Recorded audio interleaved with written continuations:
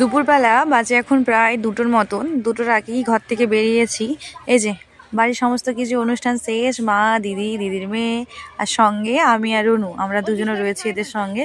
আমরা আমরা যাচ্ছি সবাই বাড়ি বাড়ি মানে আমার বাপের বাড়ি এখন। তো যাই হোক, যাবার পথে যাব মামা বাড়ি, তারপরে বাড়ি যাব। তো অনু যেহেতু পরীক্ষা টরীক্ষা শেষ, স্কুল ছুটি পড়ে গেছে, ওই জন্য ও বললো চলো মামা বাড়ি যাবো। যেহেতু দিদা এসেছে, যাবার কোনো প্রোগ্রাম ছিল না, হঠাৎই একদম প্রোগ্রাম হয়েছে, তো ব্যাগ প্যাক করে বেরিয়ে পড়েছি। তো বাজে এখন 2টো মতন, কিন্তু 3টে 6-তে চন্দননগর থেকে হাওড়া যাওয়ার ট্রেন, এতক্ষণ বসেই থাকতে হবে। এর শরীরটা খারাপ, ওই জন্য একটুখানি ঝিমিয়ে রয়েছে। বাড়ি থেকে ভাত টাত কিচ্ছু খেয়ে বেরোয়নি, সে সকালবেলা খেয়েছিল 2টো মুড়ি। তো এখানে এসে বললাম আমার খিদে পেয়েছে, কিছু কিনে দাও।